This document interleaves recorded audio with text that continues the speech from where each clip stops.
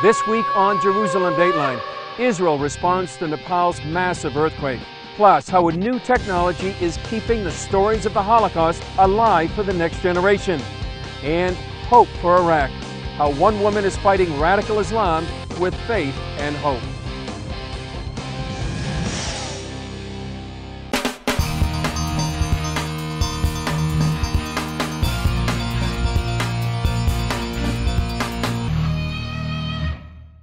Hello and welcome to this edition of Jerusalem Dateline. I'm Chris Mitchell, coming to you from a beautiful sunny day here in Jerusalem with the walls of the old city behind me.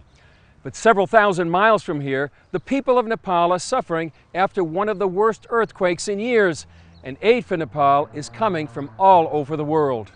Israel sent more than 250 military rescue and medical personnel to help the country in the wake of the worst earthquake to hit the country in 80 years. The Israeli search and rescue team, including dogs trained to locate survivors under the rubble of collapsed buildings. The Israeli military's field hospital will be able to treat at least 200 patients a day. It's equipped with about 95 tons of humanitarian medical supplies from Israel, along with a staff of 122 doctors, nurses, and paramedics. It also includes emergency and operating rooms and pediatric neonatal departments. The Jewish state has one of the top disaster relief teams in the world. Joining me to talk more about the situation in Nepal and Israel's response to it is Julie Stahl. Julie, how do you explain Israel's response to natural disasters like what happened in Nepal? Well, you know, Chris, Israel is very generous. They're very willing to give. They're very experienced in disaster relief, also from their war experience here and other things. So they give what they have. As we noted that they've sent by far the more people, more manpower, more doctors and nurses than any other country. That's an amazing statistic. Israel's one of the smallest nations in the world, yet sent most of the rescue personnel in the world. Is this all part of Tikkun Olam, fixing the world, trying to help people in need? It's part of the Jewish spirit, part of the generous spirit, part of trying to help your fellow man and make things better. And that's definitely what Israel's doing. And there were a lot of people, a lot of Israelis in Nepal when this happened, and yet they responded with Haiti when there was just a few years ago when there's hardly any Israelis there. That's true. I mean, Israel didn't need to send a field hospital to Nepal in order to rescue Israelis from a trekking trail. So, you know, the people that have said that, oh, well, it's just because Israelis were there, it's not really true because the field hospital is still there and they're only missing one Israeli. Now, switching gears just a bit, politically here, things are sort of in limbo. The election happened several weeks ago. Now, Benjamin Netanyahu is trying to form a coalition. Can you explain exactly where that's at right now? Well, he is trying to form a coalition. He won a quarter of the seats in the Knesset, which is great, but it's not enough to have a government. So he has to cobble together enough parties. He's on the way to doing that. I think all the parties have kind of made their demands, and it's a question of which parties he can talk into or out of their demands to join him in a government. How would you explain this to a U.S. audience? You know, when the election is over there, the election is over, but now when the election's over, there's a lot of things happening. And what are some of the demands that some of these parties make on Netanyahu? That's true. In the States, when the election's over, everybody breathes a sigh of relief or whatever. They get on with business. Here, they have to form their government, and that's when the wheeling and dealing starts. That's when things can get complicated. There are two parties. One of them that will probably join the government is demanding that Netanyahu make a strategic decision to remove Hamas from power in the Gaza Strip. Another party is demanding that Netanyahu promise not to halt settlement construction in what the rest of the world calls the West Bank, Judea and Samaria. So those kind of things also are figuring in. It's not just who's the health ministry or the interior ministry or whatever. Those kind of demands are also on the table. Well, it's a fascinating political drama to go ahead and see unfold, and thanks for your expertise about Nepal and the government, and we'll see what happens. On another issue facing the Jewish people, it's been 70 years since the liberation of the concentration camps in Nazi Germany, and the number of Holocaust survivors is dwindling. But a new technology is keeping their stories alive for the next generation. Paul Strand has that story. Sisters Rena and Danka Kornreich survived almost all of World War II together in Nazi death camps. In fact, Rena was on the first trainload of women sent to Auschwitz, fooled into thinking it was just a short-term work camp. 297 teenagers are on the first transport. 50 are dead in the first 6 months. Rena's Promise documents how the sisters kept each other alive and helped many others. A key part of their survival, refusing to dwell on the reality of the daily gassings and killings going on all around them. She does see the SS pour the Zyklon B into the gas chamber, and she's on a work detail where she can see that. She never goes on that work detail again.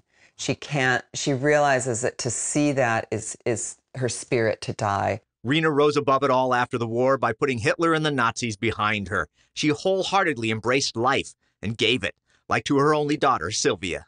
Apparently, when I was born, my mother was just elated. And, we've heard stories that she, felt like this is the revenge on Hitler. The Nazis did at one point steal Rena's faith as she watched them march hundreds of little orphans into the gas chambers. About 500 children, and they're holding teddy bears, and she prays. As she begged God to stop the horror, a Nazi guard got right into her face. SS Hassa came up to her, spit in her face, and said, "Where is your God now?" And that's the moment when Rena lost her faith in God. She also witnessed the Nazis kill off beautiful Jewish women, including her friend Adela Gross. They selected 2,000 healthy, young, beautiful women for the gas. Adela was healthy. She's redhead, gorgeous young woman. And Rena watched her go to the gas. It took decades, but Rena regained her faith as she saw thousands inspired by her book. And how the story is helping them to believe in survival, to believe in love, to believe in the strength of the human spirit. And she said, "There's only so much room in my heart, so I don't hate. I love. To hate is to let Hitler win." Rena and Donka ended up in America and remained close for some 50 years before Rena passed away in 2006. Donka died 6 years later, but their story is now chronicled forever. When you hear 6 million Jews and 10 million people total, that's such a phenomenal figure that it's very hard to put that into the reality of what happened there. And by having all the individuals that we can now tell stories about, including my mother and my aunt, that makes it real. These stories and those of other survivors keep this tragic part of history alive in the hope that it will never be repeated. New generations can better learn about the Holocaust through a new app produced by these men called Sacred Ground. Recording studio owner John Keel says the app transports users to Berlin's Holocaust Memorial. There are these little stones that you start walking through, and they get bigger and bigger and bigger until you're walking through these tunnels. And the message being is that this is how this kind of evil overtakes us. It grows until we're trapped. We've all seen those horrifying images from the Holocaust, the skin and bones bodies stacked high like cordwood.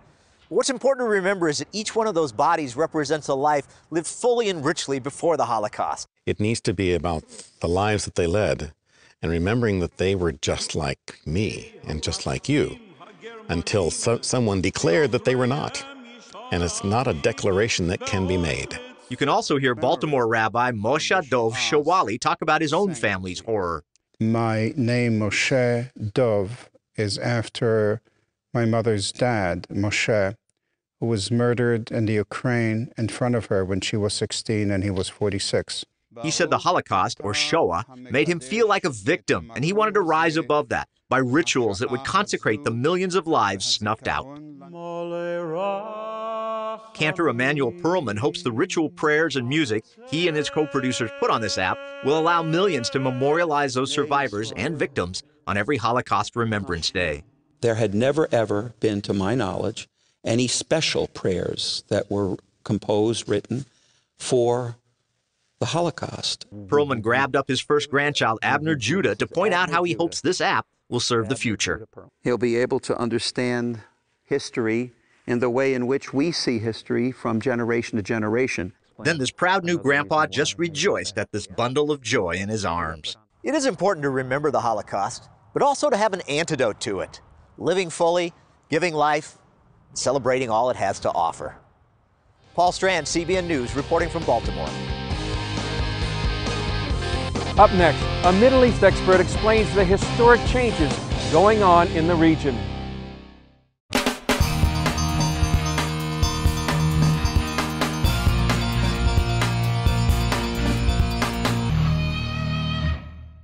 Jonathan Spire is the director of the Rubin Center at the IDC Center in Herzliya. He's a Middle East expert, and we talked with him in our studio about the historic changes going on in the region. Jonathan, thanks for being with us on Jerusalem Dateline. You wrote an article recently about these historic changes in the Middle East. What do you see happening now in the region?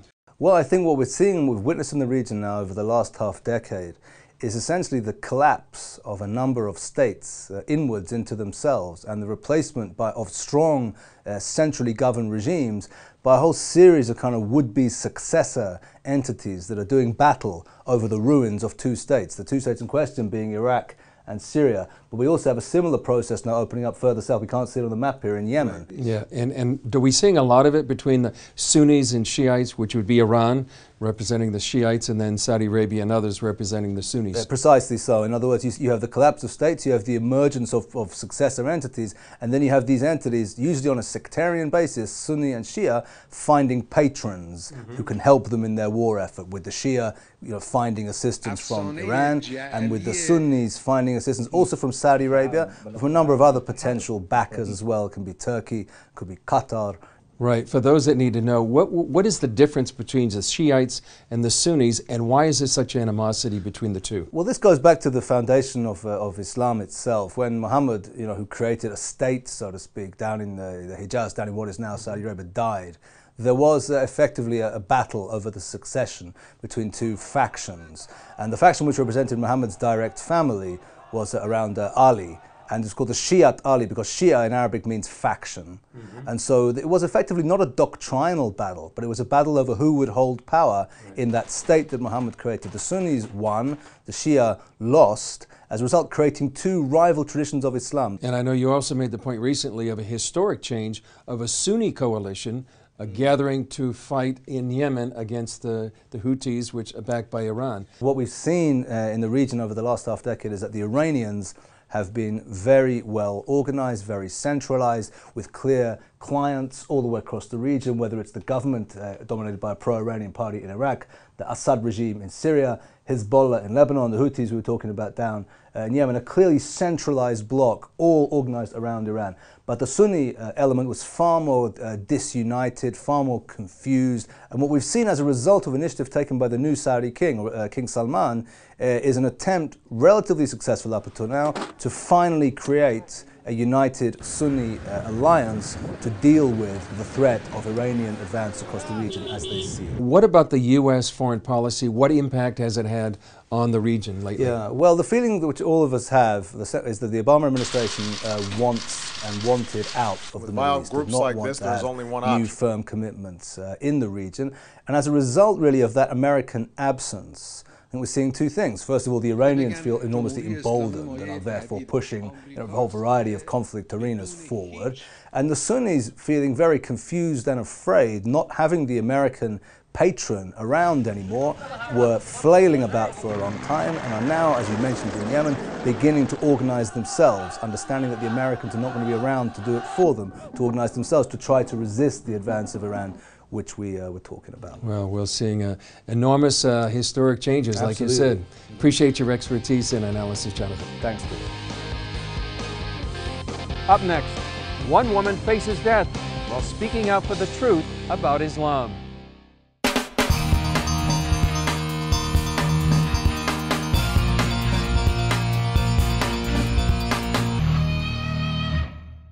Listen to this quote. Muslims are normally good people just like everybody else, but when they read the Quran, they turn into a killing machine. The woman who said that knows what she's talking about. She's a former Muslim herself, who's now facing death threats for speaking the truth about Islam. Dale Hurd brings us her powerful story from Sweden. This woman is on a mission. She's not a Muslim, and her Muslim dress is a disguise. Her mission is for Muslims to know what is in the Quran, because she says if more Muslims knew what was in the Quran, more would leave Islam. Mona Walter came to Sweden from Somalia as a war refugee when she was 19. She says she was excited about joining a modern European nation with equal rights for women. But as a young Muslim woman, that was not the Sweden she encountered. I discovered Islam here in Sweden. In Somalia, you're just a Muslim. You're just born into Muslim country without knowing the Quran. But when you come to Sweden, then you go to mosque. And there's a Quran, so you have to cover yourself, you have to be a good Muslim. Walter says she grew up in Somalia never having read the Quran. So I didn't understand what I was part of. I didn't know who Muhammad was. I didn't know who Allah was. So when I found out, I was upset. She says she discovered that Allah is a God who hates and that Islam is not a religion of peace. It's about conquering. Muhammad, he was immoral. He was a bloodthirsty man. He was a terrible man. And they can read that in his biography, what he did to Jews, how he raped women, how he killed people. Discouraged, she left Islam and became an atheist, until one day a family relative encouraged her to read the Bible.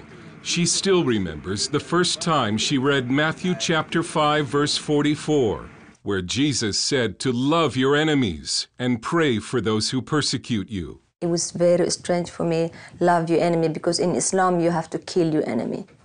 Kill your enemy and kill everyone who refuses Islam. But Jesus Christ, it was all about love and peace and forgiveness and tolerance. And for some reason I needed that. She went to see Pastor Faoud Rasho, a Syrian immigrant who ministers to former Muslims in Sweden. She started to believe, and she came to me. That was the beginning of her trusting. I was filled with joy. Then I accepted Jesus Christ. Mona says the Lord gave her a burden for Muslims who still do not know the truth about Islam. And she began to copy verses from the Quran and hand them out on the street to Muslim women. I thought that if I tell them about Muhammad and about the Quran and this God of Islam who hates, who kills, who discriminates women, maybe they will have a choice and leave. But in politically correct Sweden, Mona Walter has come under attack for simply telling Muslims what is in the Quran.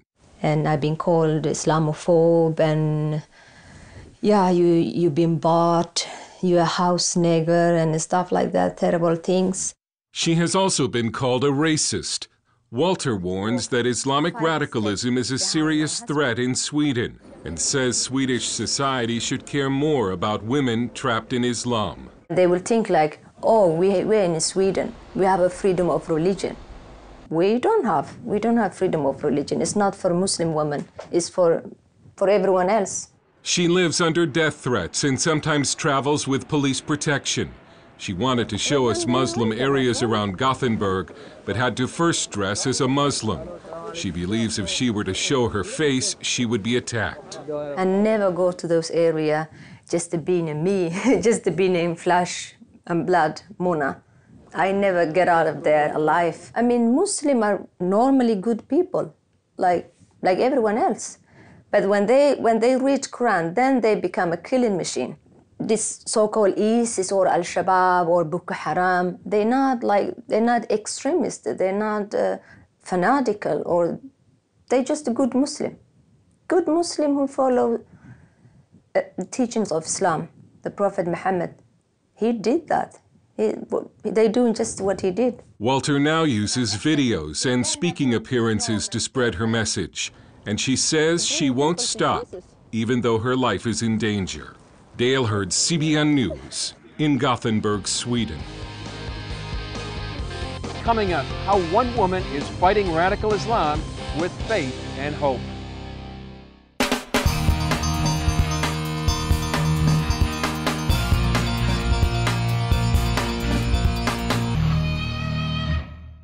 Welcome back. Heather Mercer was taken hostage by the Taliban back in 2001, along with several other Christian aid workers. But they were rescued by U.S. Special Forces after the U.S. invasion of Afghanistan later that year. Now Mercer is back in the Middle East, this time with the Kurdish people in northern Iraq. But it's not the Taliban, but ISIS that is now threatening their way of life. As Wendy Griffith reports, Mercer's fighting back with a campaign called Hope for Iraq. Heather Mercer is used to serving on the front lines of war. Here she is just 200 feet away from ISIS fighters. You can see their black flag flying over this water hut. She and her staff from Global Hope were there to offer aid, encouragement, and prayers to the Kurdish soldiers fighting ISIS. Sadly, just 3 weeks after this photo was taken, this soldier and 60 others were killed in one of the deadliest battles with ISIS so far, in the exact spot where Mercer had visited. Are you feeling the effects and seeing the effects of ISIS in where you are? Yeah, we are in some ways. You know, the Kurdish region has done a good job trying to maintain a relatively secure space, but ISIS is there. We know that ISIS is there. And, you know, we're less than an hour from the front lines, and there's not a Kurdish person, a Kurdish family that hasn't been affected by the conflict. They're sending their troops to the front lines every day, and many of them are losing their lives. In response to the unprecedented suffering, Mercer recently launched a campaign called Hope for Iraq. People need just basic food, shelter, you know, their daily needs. People need education. Right now we have 500,000 children that are sitting idly in camps because they are not able to go to school. So we need to address education. Mercer says a big focus will be helping support and restore women in crisis. So right now there's over 3,000 women who are being held captive by ISIS, and literally they have no place to turn. So we're focusing on ways to help rescue and restore them. How can people in churches help? I know you're reaching out to churches. Absolutely. We're looking for at least 100 churches that would join us in this campaign, sharing it with their people and their congregations, and then asking businesses as well. This is a humanitarian crisis, and everybody has a place to play a part. Any concerns, any fears? I mean, you've already been through a hostage situation and were rescued. I mean, any fears about living and working among the Muslims in Iraq during such a time? That's not the question I want to ask. The question I want to ask is, what's God's heart, and where would he be? Right. And I believe Jesus is walking the streets of these towns and villages that so desperately need him. And where he is, that's where we want to be. Wendy Griffith, CBN News. Mercer's story and Israel's relief efforts in Nepal are some of the good stories coming out of the Middle East. Well, that's it for this edition. I'm Chris Mitchell. We'll see you next time on Jerusalem Dateline.